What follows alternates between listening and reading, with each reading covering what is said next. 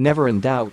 A rollercoaster afternoon at Anfield ended with Liverpool eventually seeing off Crystal Palace in a Premier League thriller on Saturday. The 4-3 win for Jurgen Klopp's side again opened up a 7-point lead at the top ahead of champions Manchester City, who are at struggling Huddersfield Town on Sunday. But the Reds, uncharacteristically sloppy in defence, were made to work hard for their victory.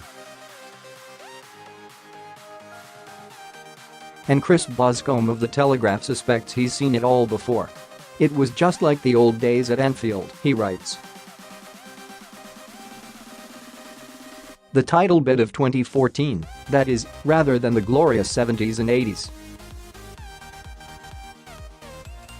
Nostalgia was pre-planned with Liverpool commemorating what would have been former manager Bob Paisley's 100th birthday. Such was the manner in which Jurgen Klopp's side came from behind to win a thrilling game. They used to say Paisley's side were never more dangerous when chasing a game too, that you could be forgiven for thinking it had been choreographed. Video loading video unavailable click to play tap. To play the video will start an 8 cancel play now. In reality, Crystal Palace revived recent memories of the home team's defensive lapses. For a prolonged period, Palace threatened to undermine Klopp's challenge as they did that of Brendan Rodgers during that infamous Crystanbul night 5 years ago. Perhaps it is another sign of the difference in this Liverpool side that they found a way to finish the right side of the goal spree. Simon Hughes, writing in The Independent, believes the Reds' character was tested. An outrageous game with ridiculous goals, but another challenge hurtled for Liverpool, this one mental, he scribes.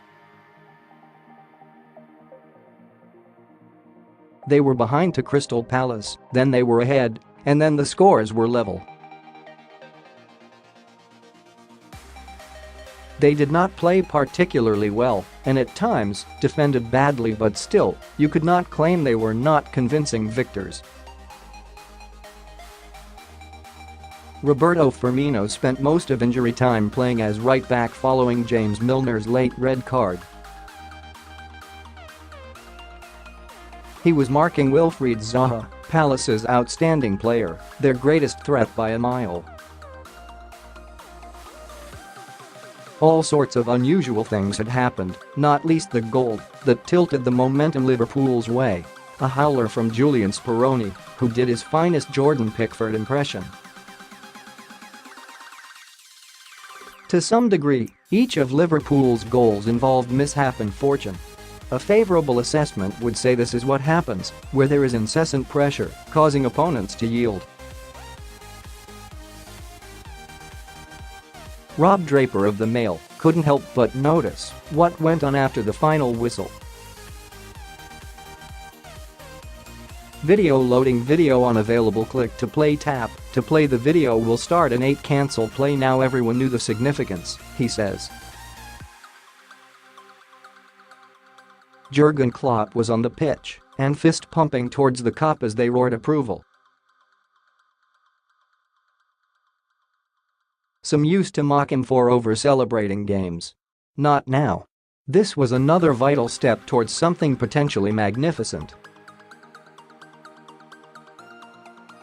Like some teenage skate kid, they had dared death to take them early, to snuff out their lead over Manchester City, but it prevailed.